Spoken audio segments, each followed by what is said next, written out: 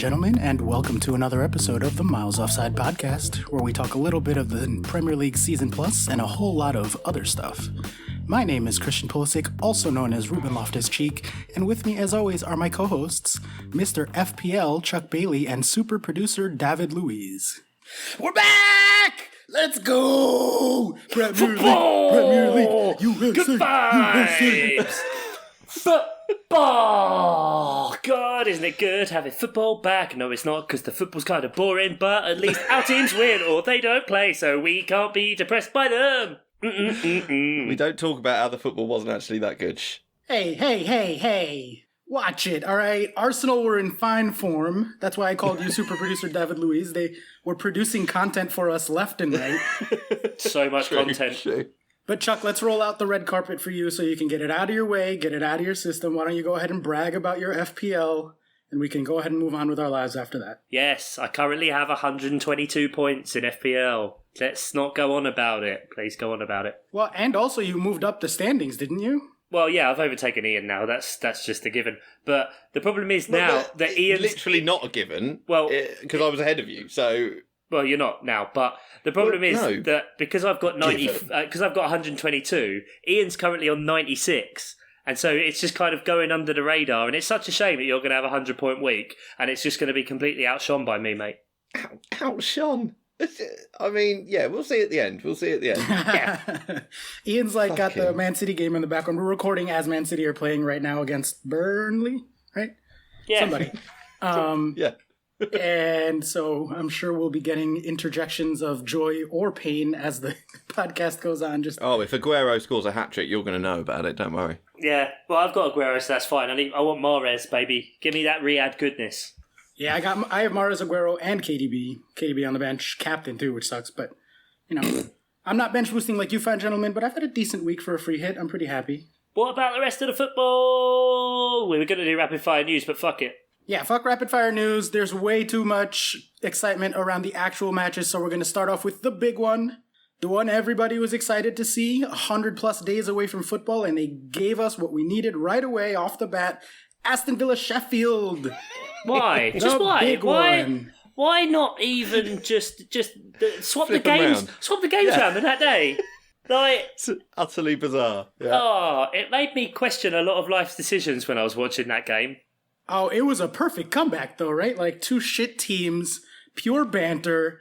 Not even. Oh god! Not a disallowed. I don't even know how to describe this. Like clearly a goal that wasn't a goal. Chuck was flipping out for like 24 hours straight. Oh, I forgot about that. It makes me so angry. I'm happy. People hate VAR. People hate the goal decision technology. People are back out of the woodwork. Get it? Woodwork. Talking about how much they hate it. Why don't the referees just watch what's happening?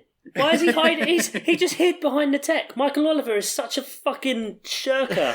But I can understand the referees thing. They've got into a frame of mind where when the watch goes off, it's a goal. If it's not, it's not. And they can totally rely on that. So players can surround them and they could go, the watch didn't go off, it's not a goal. But their eyes... I get it, is the what I'm VAR, saying. they say, in 9,000 matches of blah, blah, blah, blah, blah, it's never happened. Then how is there a camera for the telly, what points right at it, what sees that the ball is in the goal? What sees? I know, right?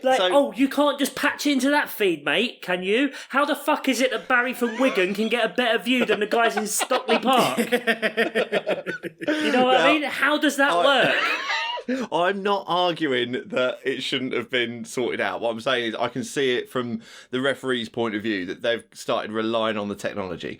What I am saying is that every time we get one of those goal line decision system calls, within 30 seconds, you have that graphic where the sort of virtual camera goes above the ball and you see the ball and how far it was over or not over the line, right? Yeah. The fact that that didn't happen meant that they knew it hadn't worked. Yeah. So if they knew it hadn't worked, why the fuck weren't they saying, hang on, it's not worked, let's look at it VAR, which, like you say, Barry from Wigan could have then gone, let's just look at the telly. Definitely a goal. Look at the telly. The ball can't physically occupy, the ball at no point can occupy the same space in the universe as the post. Therefore, the ball must have crossed the line, therefore goal. That's what was insane to me. That it clearly wasn't working. So why don't you use the video to look at it? It was bizarre. VAR. It's back. It's back, baby. I will play devil's advocate here, even though I also think that it was a ridiculous situation. Mental. That obviously should have been given as a goal, although hilarious because between that and the loss, was it a loss, right? A couple of days later for Sheffield? Yes, it was. Newcastle 3-0. Oh, yeah, that's right. Newcastle 3-0. It very much was. You say a couple of days later, yesterday. Well, what is time in lockdown come anymore? On, Chuck, honestly. you know. Come on now. But no, I don't. Between That's the problem. that, Sheffield went from 11% to like 2%, according to 538. Yeah, 2%. So their European dreams are like long, long, long gone. But from the perspective of the refs here, right? Mm-hmm. They are used to the goal decision system being mostly infallible. They've been promised that it's not even possible for it to have a blind spot, 1 in like 10,000 chance or whatever everybody's been citing, right? So I get why the referee on the field was like, I'm going to trust the watch because that's like what I've been taught to do. Well, that's how Terminator starts. Right? I mean, it's not exactly how it starts, but yeah. I think that's Skynet, not Hawkeye. You're close. But Potato. I think from the VAR's perspective, they were like, no, even trying to play devil's advocate, I can't. It was just bad. You can't do it. It's fucking dumb. It's fucking dumb. Video, assistant, referee. Yeah. So assist the referee with video. Did that go across the line? Yeah, actually, it did. Okay, cheers. Yeah. Your one fucking job, man. One job. What a load of bollocks. All right, well, let's move on to the other match that day because it did provide great entertainment, a great way to come back. We had Manchester City 3, Arsenal 0, Manchester City 2.8 to Arsenal 0.5 on XG, so exactly lining up. I had this at a 2.9 for Manchester City overall, so it's pretty close to what my model has, which is pretty nice for me because this is the first week that I'm actually comparing my model testing it out to results, so it's an exciting time. You give yourself a little statistical masturbatory session. Oh, absolutely. Arsenal are at 1% after that and losing to Brighton for Europe. Just manic laughter. It's just good times, guys. Good times. Football's back. We haven't even talked about Palace or Chelsea yet. It is good times, party vibes all around. God, that was so good. Don't you ever tell me that David Luiz is a good player ever again, Oscar. Ever in my life. You wash your mouth out. I have decayed on this hill for so many years that David Luiz fucking sucks, man.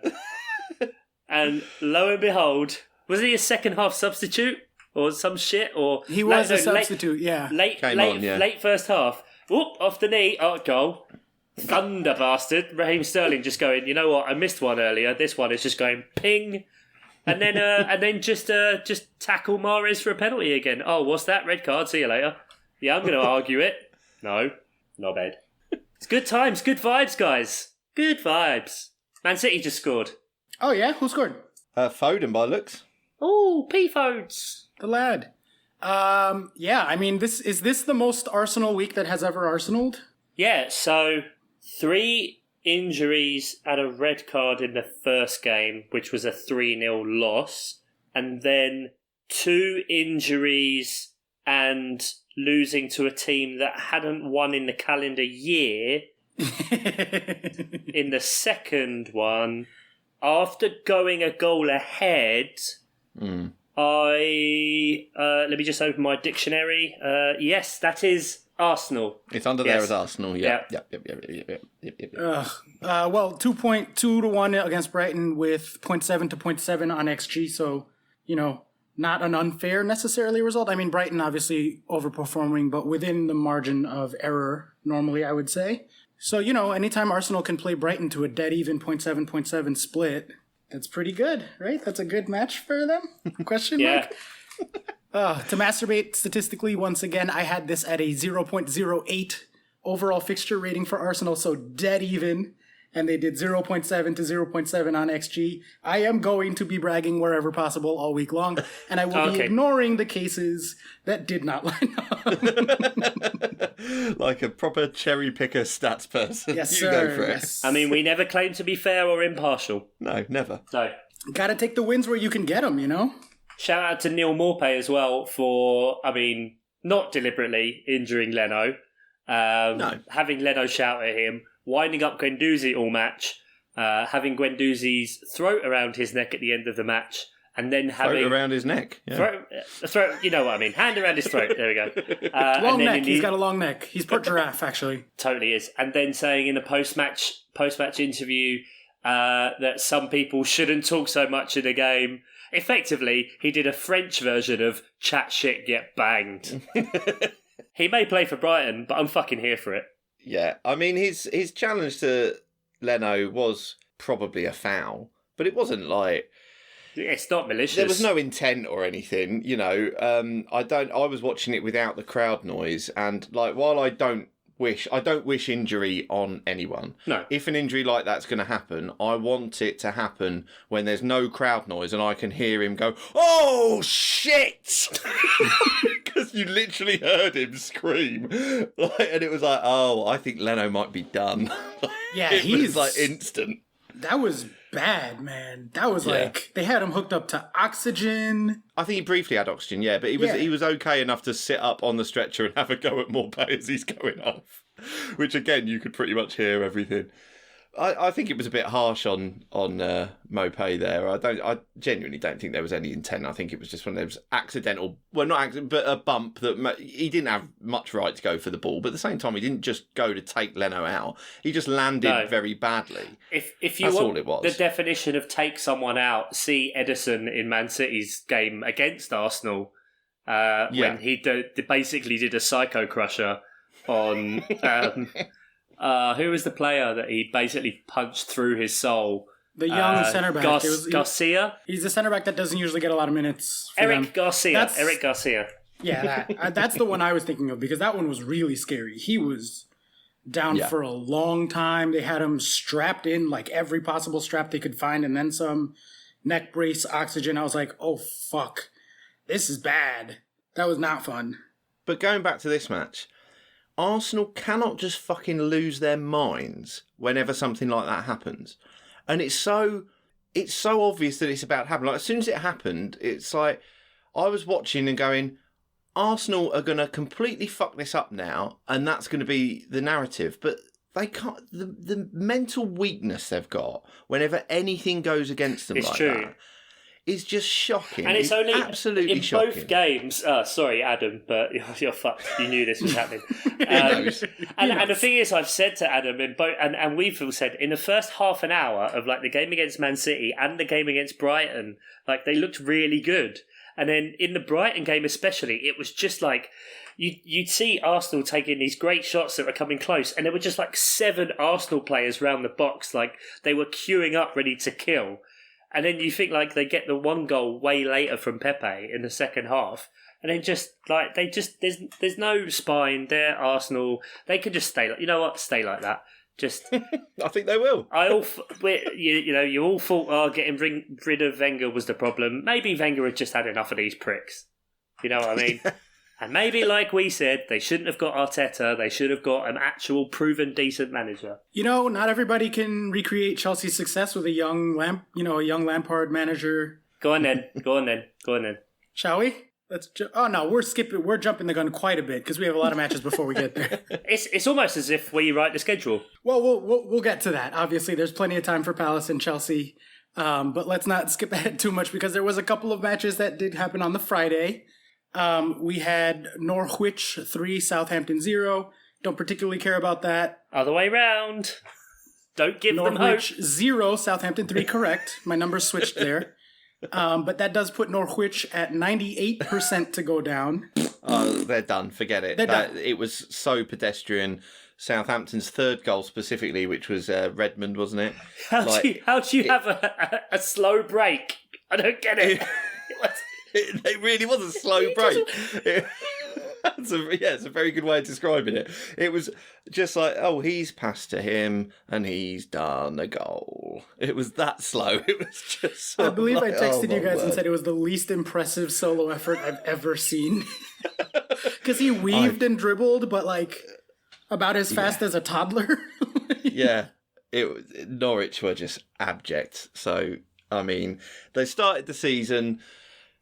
quite fun, but they've ended it very badly. So they can't even blame injuries now because they've got so many players back.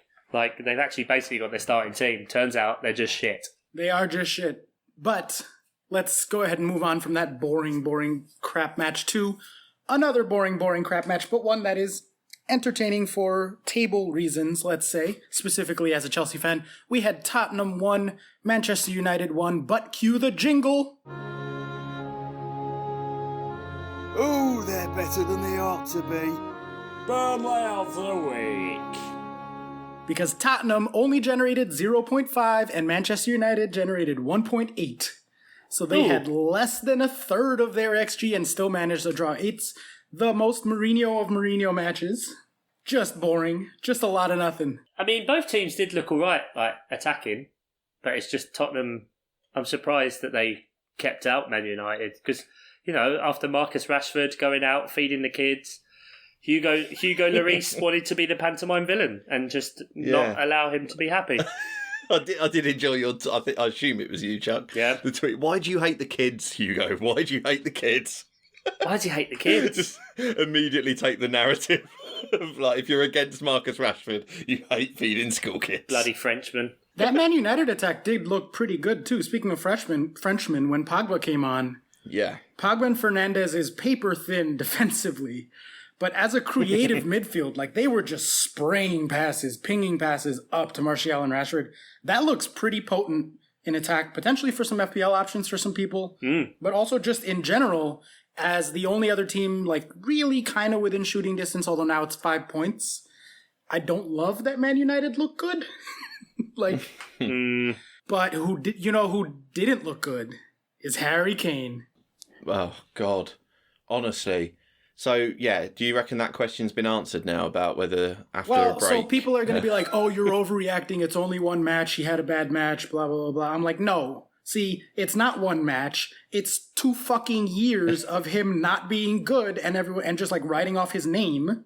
And, yeah, I mean, the question is answered. Yeah, he's just... His body is done. He doesn't have the, like, physicality that he needs to play at the elite level that he once was capable of. He had... negative involvement in that match. He was just nowhere at all. I don't think I remember one attack where he did anything where you thought a goal was imminent.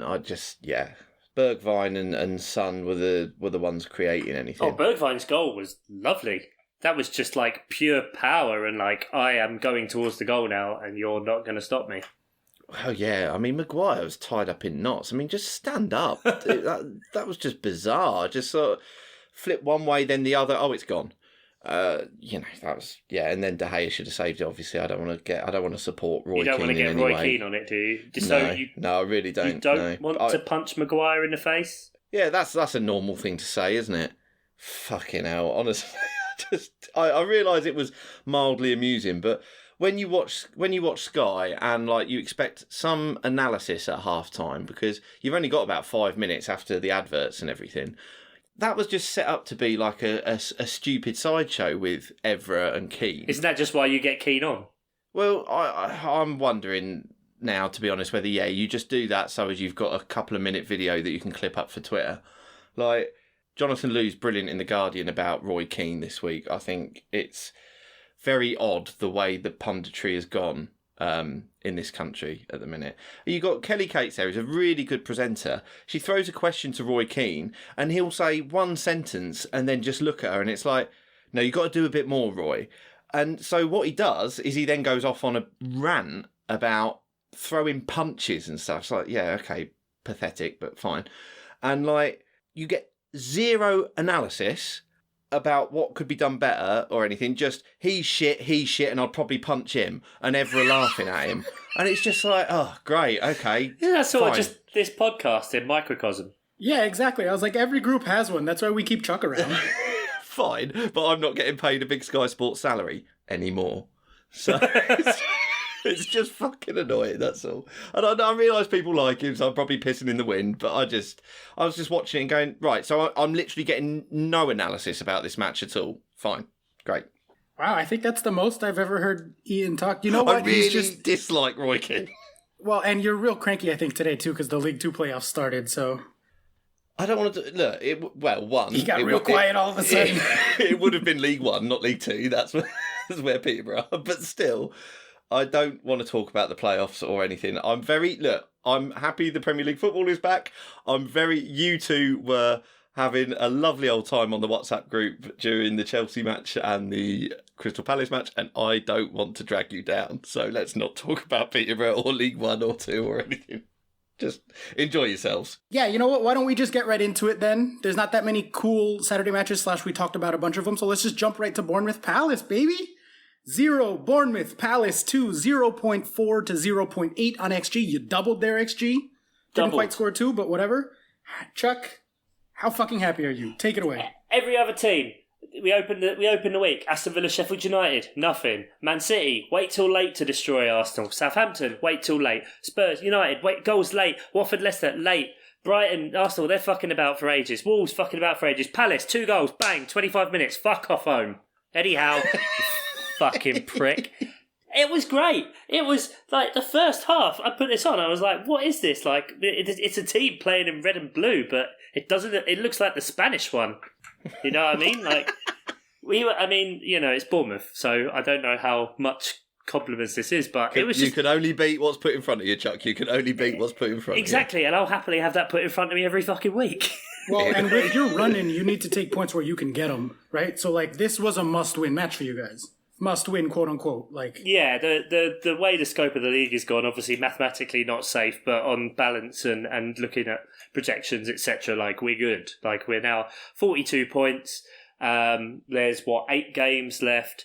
We've got to play 4 of the top 6, 5 of the top 6, I think. So we've got Liverpool next week, but we'll win that. Don't worry, guys.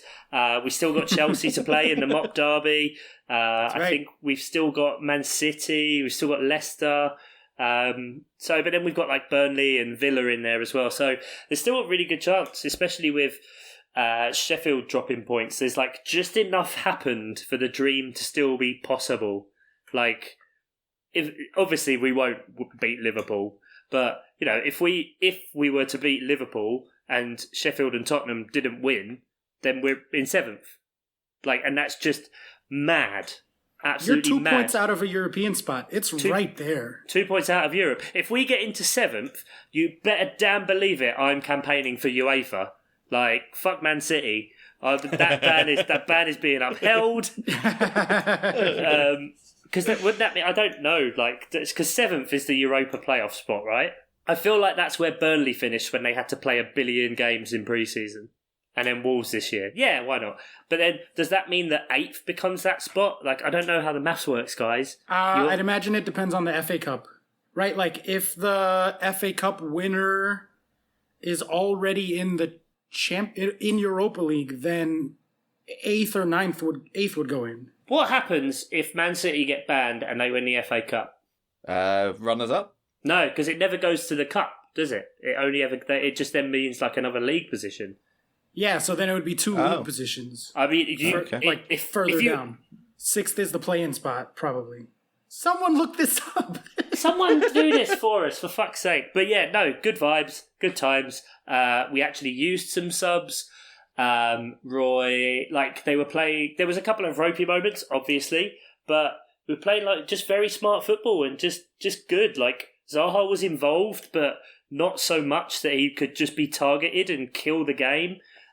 Jordan Ayew gets a lovely goal. Patrick Van Arnholt, it's the end of the season. He's dyed his hair blonde. Get him in your fucking fantasy teams. He's here to relegate motherfuckers. He's just relegated Bournemouth. He relegated Katie Hopkins the other week. Bang. He's done West Brom. He's done Hull. Like, he's fucking right wingers up everywhere, bruv.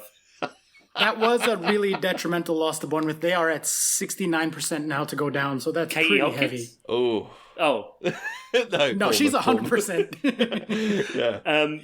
Yeah, like, it's just good times, guys. Roy Hodgson with a majestic head of hair. Like, look at him. I was just so I thought happy. he wasn't allowed out. What's up with that? Neither did I. I thought it'd be so typical. He's not clinically vulnerable. He's just vulnerable. Dude's 200 years old. He's almost as old as you, Ian. Jesus Christ. All right, come on. Hodgson is clearly at least 5 years older than me. I mean, the stat they always roll out, specifically when Palace played Bournemouth, is that Roy Hodgson won his first league title as a manager the year before Eddie Howe was born. That's fantastic. I love that. That's amazing. So... Just good things. Like I'm just happy now. That's it. 42 points. We should get above that. Boom. Do whatever now. Fuck shit up. We're gonna beat Liverpool. It's gonna happen. I believe it, man. Liverpool don't look that interested. We'll get to that shit match. But they're like, we could play at Fulham pace, which literally they could, because I saw that stat. They could play at the pace that Fulham played last year and still win the title. I think they could play at Derby's pace. In like whatever. Yeah, probably. Yeah. Probably right. But a moment of silence, a quick RIP in peace to the Palace Eagle, a fitting send-off with a win. Yeah, that was. But I mean, especially because the link, obviously, the Eagle was like, I didn't know Eagles lived this long, but 28. And then had problems. Hell. Yeah, just the little thing that, it's just surprising. But the Eagle had been at the games since 2010, which is when obviously everything kind of restarted again for Palace with the buyout and all that kind of stuff. So also very, very symbolic. And I was, don't get me wrong, I was incredibly worried that was a bad omen before this. But Man City just scored again. Oh, boy. Oh, Chuck Morris. Oh, Puppy is back. Oh, there we go. That's the stuff. Oh, give me a minute, guys. I'm going to need a couple of minutes. So you crack on talking about other football games. I'm just going to... check the old fantasy football team. Well, there's only 2 left to talk about. And one of them was really fun. And one of them was real fucking boring. Oh, are we not going to give a shout out to pod favourite Alan Saint-Maximin putting Sheffield United to the sword? Yeah, I mean, we vaguely talked about it when we were talking about Sheffield. But yeah, go ahead. Okay, give it a go. Cool. Sheffield United ruined everyone's fantasy football teams. Surprised literally everyone by losing 3-0. Joe Linton scored. Yeah, well, I mean, it took them being 10 men down and you literally bringing the goal out on a silver platter. But fucking hell, I mean, he did fine. He scored. After 10 months, he scored his second Premier League goal. Yeah, okay, living up to his price tag, honestly, because he was, like $5 million cheaper than we paid for Timo Werner. So if Timo Werner puts up those numbers next year, I'm going to be over the moon. Oh, I think I'm pretty sure as well, that's his first goal at St James's Park. And it's funny that there's literally no one there to see it and cheer for him. So all he's ever had at St James's Park is booze. Speaking of no one there, how did we forget to mention that Man City can't even fill a fucking Zoom grid with fans? Oh, really? Did you see this? You know how they set up like those screens with like Zoom calls with all the fans and stuff? Someone in our group chat grabbed a screenshot and it's like you can see the screen behind the goal, but they hadn't just scored. They weren't showing it. It was just like in the background. Yeah. But like 4 of the grids are just the Premier League logo because Man City couldn't fill. Oh, amazing. Like 12 spots or whatever. Yeah. It's only the first football in fucking months. You know, they had a lot on. It's fine. Oh, amazing. Okay. That is brilliant. I didn't see that. No, that's great. Gotta love Man City fans. All right. Shall we do it, gentlemen? You know what? Is it time? You know what, mate? Mate, you do you. Like, such good vibes this week. We've been... Such good fucking vibes. Good things have happened. Football's back. Our team's won. We've been fucking tearing fools apart on Rocket League. Like... Oh!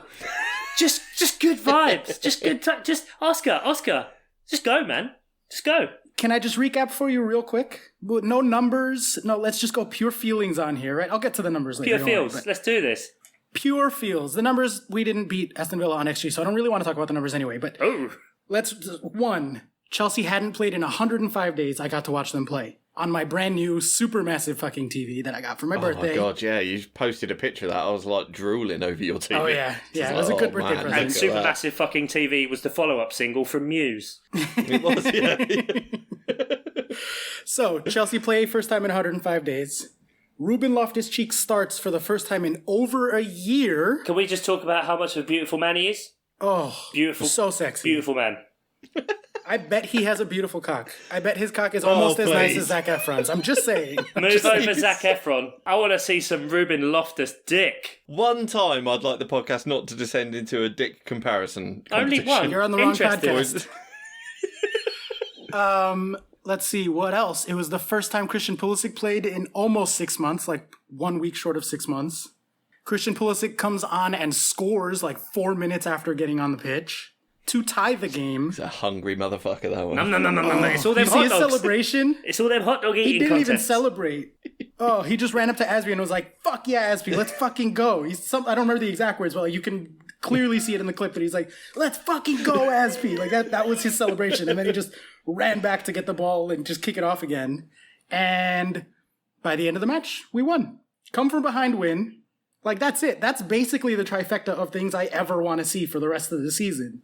We're up to, by the way, with everyone else dropping points and us winning, to bring the numbers back in real quick, we're up to 85% for Europe now. Yeah. And we are closer to Leicester. Quick update. Sorry to interrupt. Man City have got a penalty. Aguero's hurt himself, so he's at the sidelines because it's on the cusp of half-time. He's not been subbed yet, but Mahrez is taking the penalty. Yes! So Mahrez is stepping up now. Second lead. Goal. Bottom left. Lovely goal for Mahrez.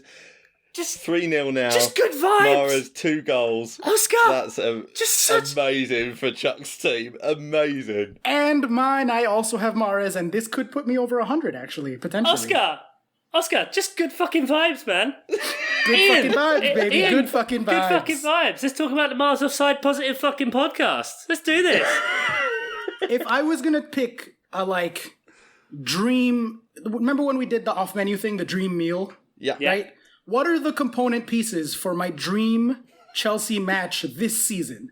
This season, when we can't challenge for the title, everything else is gone. We're probably making Europe, so there's not much left to play for, right? Right. Yeah, let's do this. Go. What would you say, Chuck, are my dream Papadoms on bread! components? Other than bread and cheese in every possible combination. It's Ruben being on the field. It's Pulisic being on the field. It's Arsenal losing to Brighton or something like that. It's, you know, these are the things that make you happy. Sergio Aguero's gone off now, for fuck's sake. Yeah! Well, that was my suggestion for the pod transfer, so hopefully that'll go through. Aguero to Rashford. It's like you could not concoct a more enjoyable Chelsea match for me to watch. I fucking love when we play Villa, man. I've said this before. Every time we play Villa, I'm like, we beat them 8-0. We beat them like 6-0. It's always a good time. And lo and behold, here we are. Like, this was just so fun. Just so fun the whole time. Because we dominated, what was it, like 80% possession in the first half? Yeah. Right, like, of course we conceded on a corner kick or a set piece when we had dominated, but like... But that's been... What are you going to do? Like, you can't... There's been a break, etc. But let's not forget what we've said about Chelsea all season is they just need to score more goals than the other team. And you don't... Correct. Like, even though there's been a massive break and you've had like a small amount of training, you can't push those things out of the side already. So it's just now about consolidating, using what you've got. Like, Frank's been gifted now with quite a lot of very good players back. He's still got a decent squad, so he can rotate. He's already said, didn't he? Like, now that they've basically got Europe wrapped up, that there's going to be a lot of rotation.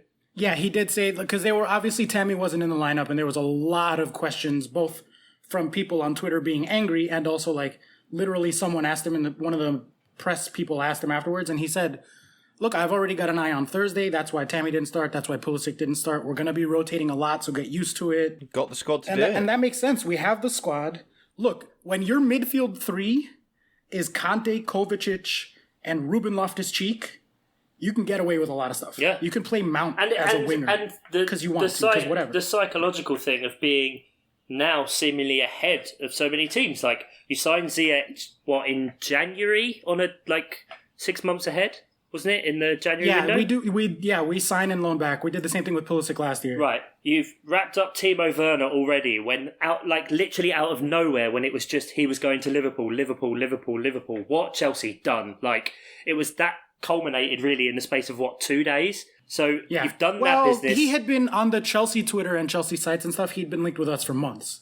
But in terms but of the main media kind of as soon as they see the Liverpool, in the know journos and whatever, exactly. it's always oh, the Liverpool deal is 100% done. It's just blah blah blah, whatever. Like that's fucking statement of intent right there. You've got rid of Morata. You've got some older players going out. You've got all these good players coming in. Get a goalkeeper and a fucking right back, and you're set, man. Can we give all the money that we're saving on these players to Marina, however you pronounce her last name, the lady who is in charge of transfers? Because we got Werner plus Ziyech for less than Man United paid for Harry Maguire. Can you believe that number? It's you gotta feel. Harry Maguire will have that hung over his big slab head for the rest of his career. And he had no Look, control we still paid over like it. $1 trillion for Kepa, so it's fine. But yeah, Chuck, you're exactly right. That's good, I think it's just we've been you care so much more now that you've been stuck inside for so long. Like the grass is greener, the sky is much bluer, everything smells so much sweeter, and I genuinely think, without even your bias, Chelsea are in with a massive shot in terms of the positivity. If they build on this season and get more unified, this top two, easy. It could, genuinely in that race with Man City and Liverpool. The deepest, most excitable part of me definitely wants to agree with you. The more somber realist in me remembers that we have Kepa in goal and don't look like we're going to sign anyone this summer, unfortunately, for fucking reasons, mostly because we can't sell him, and they don't understand the concept of sunk cost. It's you already spent that money. You're not going to save it or get it back. Go sign someone else. Score more than you can see. Don't worry about it. It's fine. That's going to be the plan. Score more than you concede. Definitely. Play Marcus Alonso just as a winger. What? No. I mean, we have so many. Going into next season, we have Callum Hudson-Odoi, Christian Pulisic, Hakim Ziyech. Werner plays on the wing sometimes. Mount plays on the wing sometimes. We're probably going to sign someone else to replace Willian and Pedro. Maybe. I don't know. No, it feels like Ziyech and Werner are the replacements there. That seems pretty direct. I would see Werner in the middle with Ziyech and Pulisic out wide. Well, who knows? That's going to be a complicated thing for Frank to decide what to do because he has Tammy and Timo, and how do you fit both of them in there? Yeah, he's got options. He's got a hell of a lot of options, definitely. Can I just give a quick FPL score update? Just not to sidetrack you. Obviously, Aguero's now off injured. Boo-hoo, guys. But I got his assist. So I'm now up to 135 points, guys. Very nice. 135. To all of you listening at home, 135. Pre-boner, too. Well, no. Mid-boner, it sounds like. He's definitely got a boner. I've gone through boner stage many times already, but yeah. Okay. But, so should we go from good vibes to talking about, luckily, I didn't see this game, but the friendly derby, guys. The friendly derby. Oh, goodness. Heavens to Betsy? What's the opposite of heavens to Betsy? Just a bunch of snoring sounds? Hells to Malcolm? Well, hells to Malcolm indeed. Hells because to that was Malcolm. so fucking boring. That's Malcolm. Yeah, why not? Hells to Malcolm. That was not worth watching. No, it wasn't. At all. I mean, honestly, is there anything to say here other than, Liverpool are going to just trudge into the title? But they don't even need to rest players for anything. They've got, there's no other competitions they're in, right? Yeah, but 2 matches a week after 100 days off is, a lot. So it makes sense that they're going to rotate. Why would they hurt these players for next season, We're going to see an avalanche of injuries. So the more you can mitigate that, the better. As it stands, it's half-time at Man City Burnley. They're winning 3-0. They're going to win that canter by the looks of it. So that means that Liverpool can't win, even if they were to beat Crystal Palace, which of course they they're won't. not, Chuck. No. We understand they that. They can't win the league against Palace. They can't win the league at Palace, can they? So it's at least going to go to the Man City game next week where, well, based on what I'm watching here, and Man City against Arsenal, I would fancy Man City against Liverpool. So, but yes, of course they'll pick up enough points to win it. And I think trudging is right. I think you're absolutely right. They're going to trudge to the title. Yeah, just get shit done. That's it. Wrap up. Yeah. And I don't think they would go for any sort of record, because if you think about it at the minute, all the focus has been on getting this season done, right? So it's not about saying when the next season starts, but obviously you don't want to leave it too late if they do. obviously, we can talk about the various implications or potential with coronavirus and what's going on in this country anyway, but they need to have a break, like an actual trading style break-ish, where they could go on holiday somewhere, because no one's, I don't care how much you earn, even though we've all been sat down and kind of being very casual, we all kind of feel like we need a holiday now, right? Yeah. A break would be nice. Yeah, everyone does. So I don't think they could deny the players that. Well, it depends where they try to go. They could very well get denied entry, but... Oh, yeah. Well, I don't think they're just going to let them go to Wuhan. No, they're coming from the UK. No one wants you guys. That's not the problem. That is not true. Spain has opened up their doors, said, expats, come, make sure you can come to your second home. Well, they first said no, we weren't allowed in, #politics. But then they realised how much of the Spanish economy is funded by, how can I put this delicately, racist white alcoholics from England. That's the one. That's it. Let's make no odds about it. There is no scientific decisions going on here. There are purely economic and political ones. But anyway. Do you mean Project Restart or do you mean the Spain thing? Oh, the air bridge to Spain. Everything's economic. Everything. Look, after Man City, Liverpool, their last 6 matches, if they get to play them, if we get to play them, if that second wave is, doesn't come in time, they play Villa, Brighton, Burnley, Arsenal, Chelsea, which is medium difficulty for them, and Newcastle. In their last 6, Villa, Brighton, Burnley, and Newcastle, and Arsenal, because Arsenal are shit, are 5 of their 6 last matches. They do not need to put any fucking effort whatsoever into winning these games. They will, by default, just get the points they need. Can we start a change.org petition to get it changed to the top 5 and just remove Arsenal? Like the big 5, you mean? It's no longer a top 6. Yeah. Oh, it's never the top 6 anyway, because there's always been 1 or 2 teams that are way down the table lately. Whatever it is, let's just flush Arsenal out. Out with the old guard, in with, let's put Sheffield United. Wolves and Sheffield United in there. I mean, honestly, jokes aside, I think next season it's going to be a big 4. I don't think Arsenal and Tottenham can get back to... Tottenham don't spend money, and they don't have Kane anymore, and Arsenal are just shit. Jose's already been saying...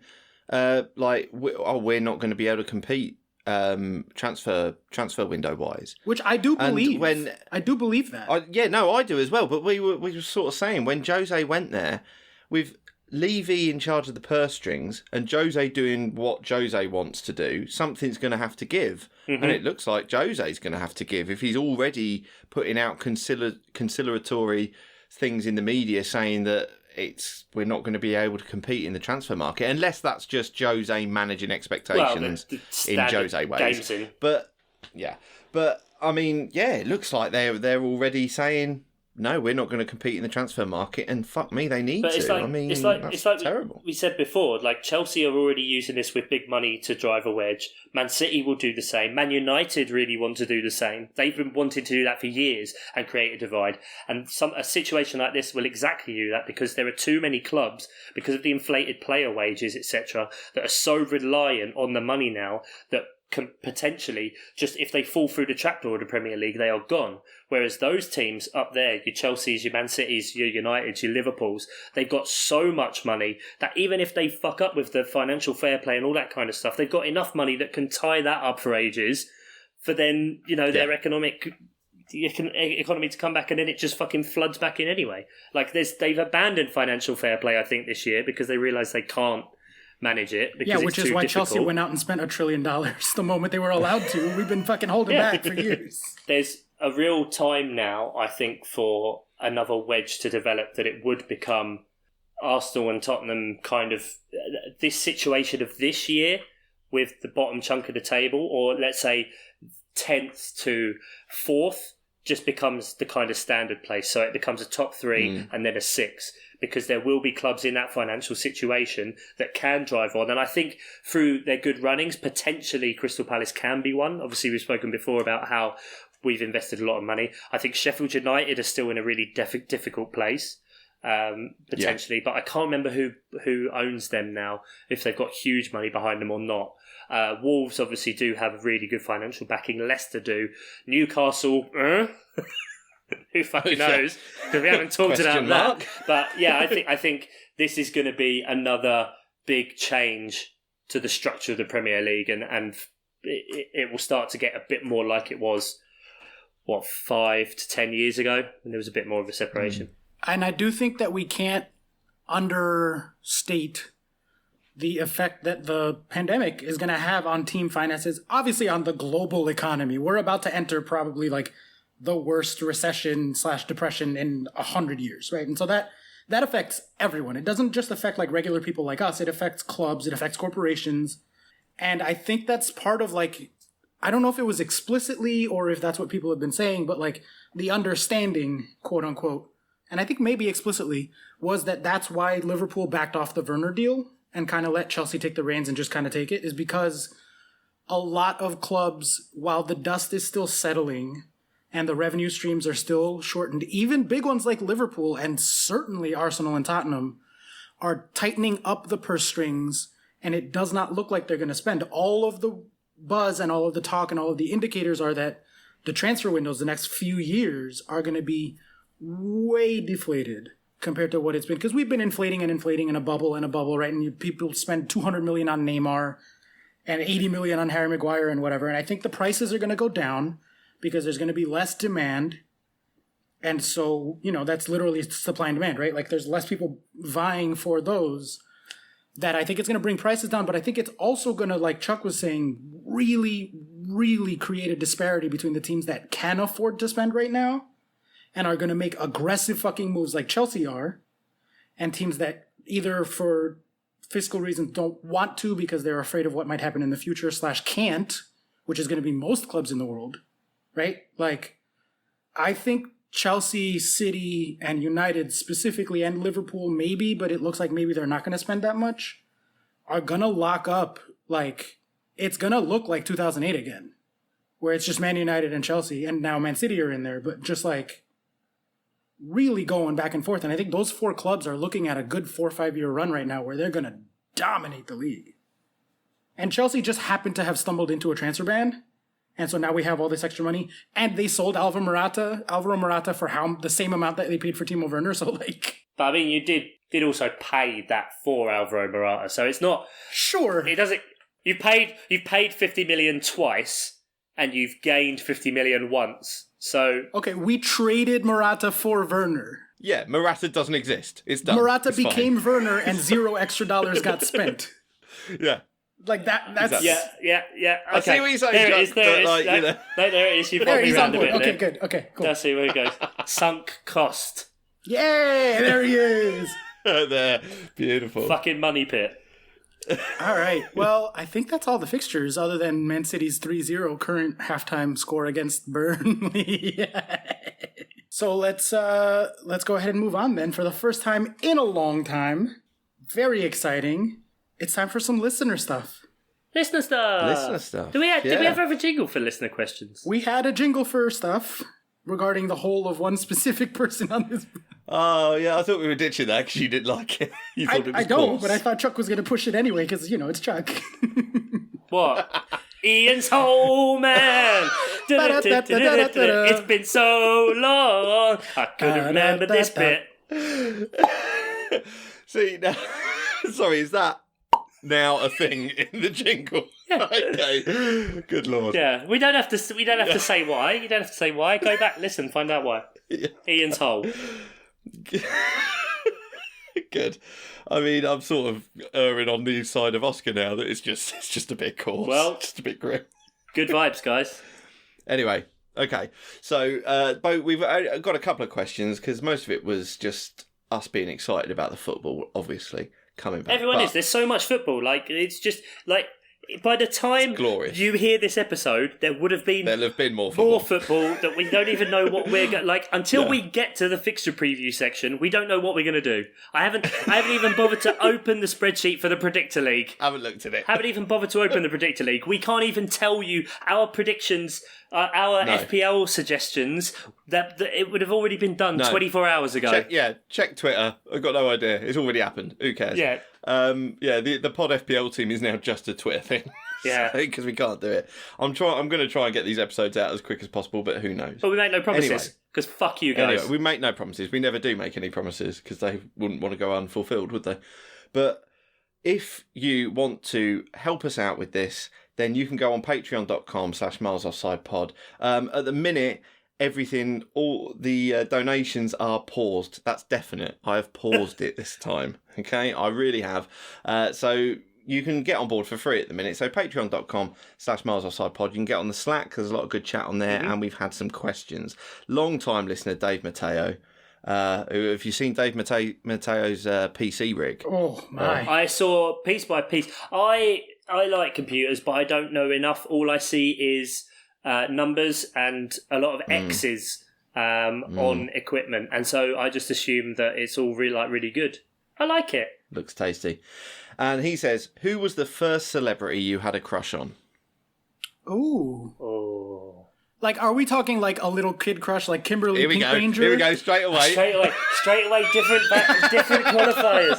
Every fucking time, there has to be ancillary questions. Saying... Like after the fact, just give an answer. Like, and if you want to, in the course of the answers, give categories. Then go ahead. Come on, I want to hear Oscar's caveat. Come on, that should have a fucking jingle. Oscar's caveat. Oscar's caveat. It doesn't fit with the song. You keep going. I'll think of one. Is it like a little kid crush, like the Pink Ranger? Because like every 5-year-old that is approximately our age was like, Pink Ranger, I like her. Caveat ya, coming at ya. Caveat ya, coming at ya. Caveat ya, That's good, coming at ya. Oscar's caveat ya, Very nice. coming at ya. Bang, nailed it. Straight off the Very fucking nice. dome piece. Has anyone got an answer? God, I wasn't listening. I heard you slandering the fucking Amy Jo Johnson there. No, I said if happy it's a with it. little kid crush, then it's either the Pink Ranger or Kelly Kapowski, obviously. My two answers were Amy Jo Johnson and Tiffany Amber Thiessen, because chicks in the 90s with 3 names. There you go. Just all of them. It's like nowadays with double-barreled footballers. Ruben Loftus-Cheek. Want to see his dick? You know, it's just... That's just how we've moved on, guys. It's 2020. We can be like that. Okay. The both of them are really good, actually. I must admit, they are quite early celebrity crushes of mine as well. But I think possibly earlier for me was Beth in Neighbours, who was played by Natalie Imbruglia. The singer? Yeah. She wasn't a singer before. She was like a soap actress. I think she played Beth. I might have the character name wrong, but anyway. I don't know, but she's still hot now.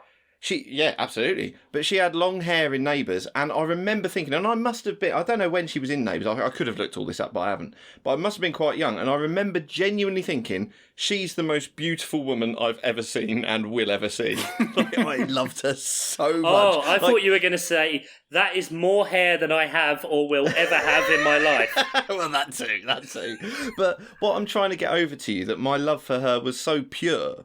Yeah. And like it wasn't dirty, it wasn't filthy. No, it wasn't. It was a pure love for her that I was just like, she is absolutely the pinnacle. Because you didn't understand then. You just saw, and you were just like, I really like, and there was, because, you know, the innocence of the world through the eyes of a child. That's what I'm trying to get over to you, yeah. Absolutely. As opposed to Oscar with Zac Efron. Well, yes, but also what I want to hear, because where my caveat was going, is what's your earliest memory of like a confused, just hitting puberty, and I feel weird in places that I've never felt weird before because of a celebrity? Like, where is that? And I'll start off so you guys have a little time to think. I vividly remember being in the theater watching Titanic, and, you know, she's like, paint me like one of your French girls. And I was like, what is happening? What's happening to me? I feel so weird. Oh, no, wait, I've got it. Famke Janssen in GoldenEye. Ooh. That was when I saw that as like obviously it came out before, but I don't, you know, being that young and seeing a James Bond film, like, you don't see it. But then, like, when she was like 10, 11, when I was like 10, 11, sorry. Yeah. Bit weird. Let's cut that and come back to it. Yeah. It's fine. When I was like 10 or 11, and yeah, that was, and just not understanding when they fight in the steam room, I think it is, about not understanding why, and just, confused. But watching it on repeat. Yeah, maybe it was Pierce Brosnan. Maybe. He might have a really nice stick, too. Oh, Jesus Christ. Distinguished. His would be distinguished, right? Like it's like holding a scotch. Distinguished penis. Got a grey moustache. Yeah, oh yeah. It's wearing a smoking jacket. Yep, it speaks French. It's very refined. Just in an armchair. Did we have another? We had another question, didn't we? Wait, I want to hear Ian's. Ian, what was your weird sexual awakening? I don't think I had this, like I think mine was entirely gradual. I don't think I had this moment of, strange feelings. Like, yeah, I mean, it wasn't like it probably had feelings. happened, but that's the one I remember standing out, right? Like, it was standing out, yeah. Kate Winslet's a great one, though. I mean, when did Titanic come out? You know, presumably. 95, 6, 7? No, I think it was like 99. I saw it for the first time 2 years ago, and it fucking sucks. 1997. So I was 13. I was all about the Winslet. I mean, yeah, good times. I remember seeing that in the cinema, actually, and with a couple of mates, and the bit where the Why are you... sorry, can we just take this back and normalise you and your mates going to watch Titanic when you're 13? It was a huge film. Yeah, it was the most watched movie of all time. Everyone saw it in the cinema. Ian, you go watch Titanic as much as you want. Don't let Chuck shame you into being in touch with your feminine side and watching a romantic comedy. It was literally the biggest film ever, and everyone saw it in the cinema. I mean, the McDonald's cheeseburger is the most eaten food item on the planet. It doesn't mean it's fucking, you know what I mean? Right, and I'm not arguing that Titanic is Schindler's List. I'm saying I went to see it. That's all I'm saying. Titanic also won the most Academy Awards ever. That it's tied with Return of the King, Titanic, and like Ben-Hur. Yeah, of course you did. Yeah, Kelly's saying she went to see Titanic. Yes, everyone went to see Titanic. Not Chuck, apparently. Sorry, I just heard. What are you arguing about? Why is she trying to get her on the pod? Come on, let me slag her off. Tell her how much she's fucking shit. Chuck wants to slag you off. Look, just having someone else go to watch it as well, perchance, doesn't make it that Titanic was a good film. Chuck, the whole world went to watch it. What's wrong with you? You went with your did mates. go to watch it. Ian, who were your mates that you went with? Was it with a lady? No, it was... No. Right, there you go. So you and some boy my mates went to see a romantic 3.5 hour fucking film in a cinema. Right, but that's a terrible argument because Winslet gets the boobs out. So what argument is that? You got like 3.5 hours of Billy Zane being the fucking dickhead. I don't know. It's just shit, guys. Where is the bad thing? I love 3.5 hours of Billy Zane. Billy Zane is an attractive man who acts very well as a complete. So I don't know what you're angry about, Chuck. It's a shit film. Kelly, where do you come in on this? Chuck's wrong, right? Like, can we get a definitive ruling he here? is wrong. It's a great film. Yeah, but Kelly disagrees with everything I say on principle. Yeah, because she's a good person. I won't go that far. Is that what that is? Yep. Oh. We recently rewatched it with Finley and he loved it. Oh, for God's sake, you're just ruining another generation. I take back everything I said about you being a super father. Actually, he was looking like he was having some stirrings during the Draw Me Like Your Oh, Friend. God. On that note, I'm out. Yeah. Kelly's like, I'm done. I'm out. So, did we have another question? Did we seriously? We could have avoided so much of that. Fuck me. There's a Titanic 2, just in case you were wondering. Someone made a sequel. Amazing. It's about 80 minutes long. I don't know if the boat sinks. It comes back. # spoiler alert. Okay, now this is a really good one. Sam Danby. If you could substitute your senses, which sense would you happily remove and substitute for double of another sense? Smell. Sam sent this question 3-4 days ago. Mm. I haven't stopped thinking about it.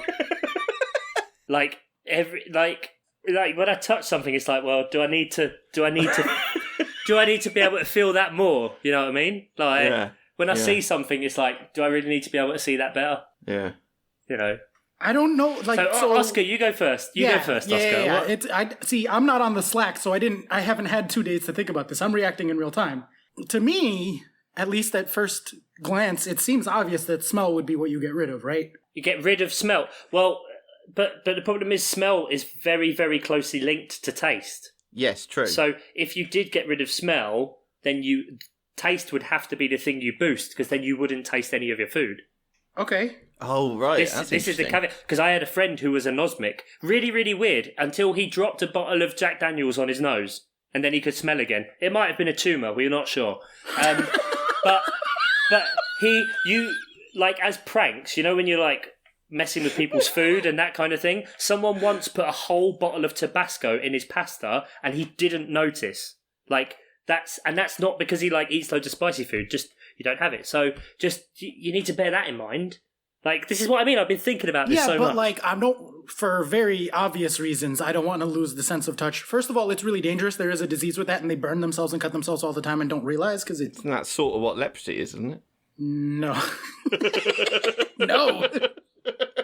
So I'm not giving up touch. I'm not giving up taste because I love food. I'm not giving up sound because I love music. I'm not giving up sight because boobies. So of the ones I'm giving up, I'm clearly giving up smell. Can I give up my sense of self-worth? Nope, you can't give up what you don't have. We've all done that, mate.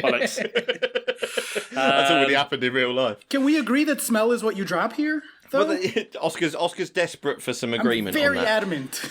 And I tend to agree, because that was my first thought. I'm not giving up sight. I'm not giving up touch. Taste, obviously not, because my only worry is what Chuck said, that if I give up smell, I lose some of taste. But I don't have a very good sense of smell anyway. So, like, I'm not sure. I think my palate is really bad because of my bad sense of smell. That could make sense.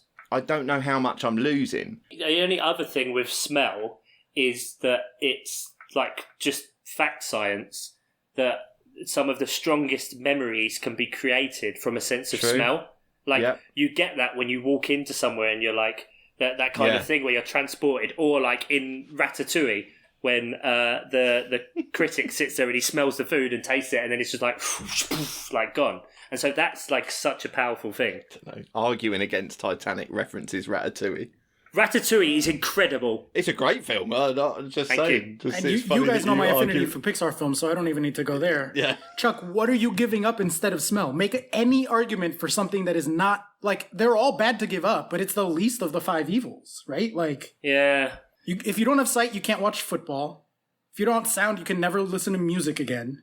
Taste, obviously, taste and touch are out. Like, I think he's right. Like, smell's just the least of the five, so you have to, you know, even though I agree that you're probably compromising taste, we can talk about what we're going to double in a second, but I think it's got to be smell. I could go with doubling it to make up the difference, doubling taste, rather, to make up the difference for the loss in smell. I think you have to, because, like, sight, unless I'm going to be able to, like, see through shit, like, I'm not that bothered about seeing... That's not how that works.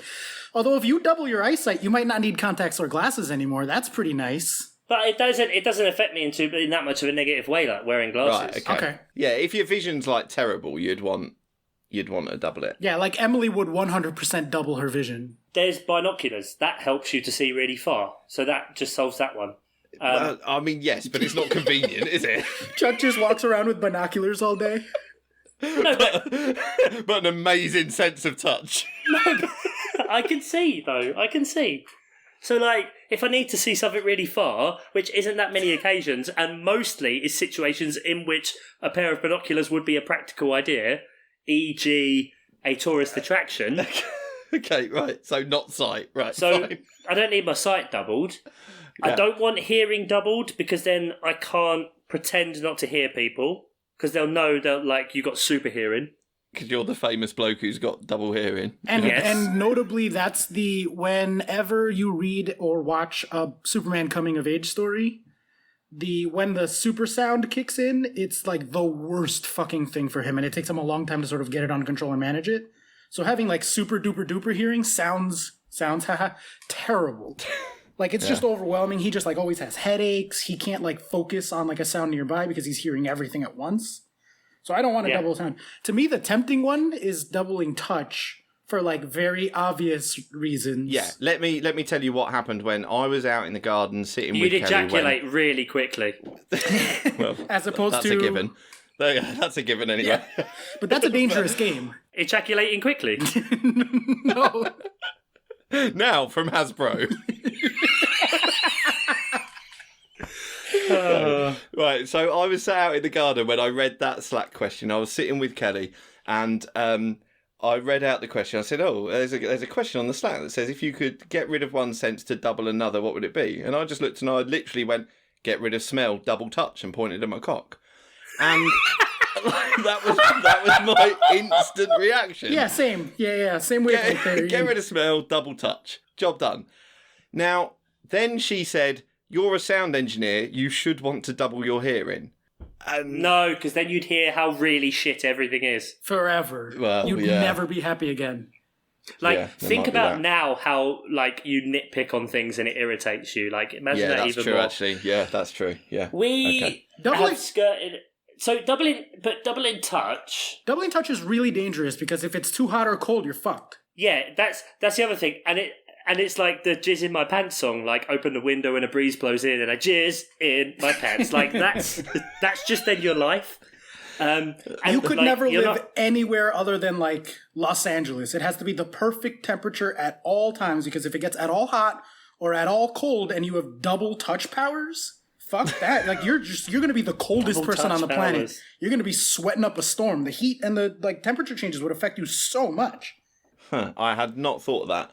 Is that touch? Is that part of touch? It is. And it's just got to be taste. It's got to be taste, isn't it? Yeah, and it makes up the difference for the smell. But then I just feel like it's a zero-sum game. I'm just like... No, because you don't have to smell your farts ever again. I love smelling my farts. This is true. We all like the smell of our own brand. Your brand isn't as strong as mine. Jesus. Jesus Christ. Okay, it's a tough one, because I thought it was an instant...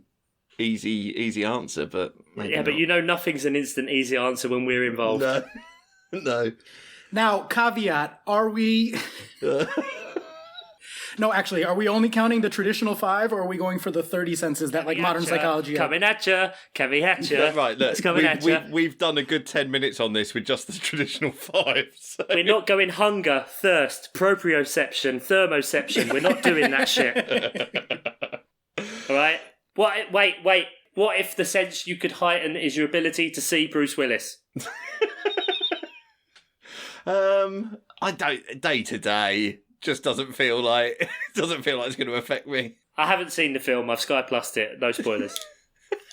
No spoilers on The Sixth Sense. That's why I've never bothered to see that film. You've never seen it? Never seen it. Right, but it's been spoiled for you. Well, yeah, of course it has, because it's like... I thought you'd gone through the whole of your life. I don't think, perhaps, like, as a one-event thing, like, obviously, TV shows like Friends, The Simpsons are referenced so much in popular culture, but because there's 2, 3, 4, whatever, how many 100 episodes of it. But as, like, one event, are there many more things that have been referenced in various pop cultures more than The Sixth Sense since it came out? Obviously not before. That's not how things work. Time. That's why. Like, everyone was just going on, oh my God, like, Bruce Willis is dead at the end. In the song I mentioned earlier, Jizz in My Pants. When Bruce Willis was dead at the end of Sixth Sense, I jizzed in my pants. It's everywhere. Links. We don't have any more questions, guys. Do you want to do fixtures, Chuck? Yeah, so... Are we going to run through, like, 2 rounds worth of fixtures from now till next Monday? Right, so this will probably come out on Wednesday, Tuesday, if I'm particularly quick at editing. So We're halfway through the next set of fixtures, game week 3, as it were. That's what I'm calling it, because my brain can't work with all these pluses and Super Season Ultra. So I guess we'll do some. I mean, at time of recording, Man City are 5-0 against Burnley. Holy shit! Yeah, Foden got another one. KDB's on as my captain, so I am now on 139. Give me a KDB goal and get me to 150, you but, so that's where we're at now. Now, let me scroll. Okay, so, tomorrow, this is all pointless. Leicester Brighton will probably win. Spurs West Ham, Man United, Sheffield United, the United Derby, Newcastle, Aston Villa. Who fucking knows what's going to happen? Oh, well, no, Newcastle will lose, naturally. Norwich, Everton, Wolves, Bournemouth, Liverpool Palace. We all know what's happening there, guys. Then Burnley, Watford, Southampton, Arsenal, and big game for Chelsea, Man City. We're going to lose. Very. Okay. Then Saturday, 27th, Aston Villa Wolves, Watford Southampton. Then Monday Night Football on Amazon Prime, Crystal Palace Burnley. Tuesday, 30th of June, Brighton versus Man United. Then Arsenal, Norwich, Bournemouth, Newcastle, Everton, Leicester, West Ham, Chelsea, Sheffield United, Spurs, Man City, Liverpool. Such quick-fire fixtures. Remember your FPL teams, guys. You've actually got a game a whole day on Friday the 26th to enact your changes before the 11:30 Saturday deadline. Oh, football's back, guys. It's been good. It's been so good, such good vibes. I almost want to keep recording until 90 minutes of the Man City game, just so we can... just see what happens. just see what happens and experience it and live it together. But we won't do that because we all have things to do. So thank you very much, gentlemen, for recording as ever. Thank you, Oscar. Thank you, Chuck. Thank you, Ian. Thank you. Thank you, Patreons, Miles Offside Pod at patreon.com or something like that. And thanks to all of you listening in your many droves. Take care. All you in the Netherlands, we see you, Netherlands. We fucking see you. We're here for you. Shout out Malaysia. Big ups Norway. Peace and chicken grease, baby. Everywhere we've ever charted.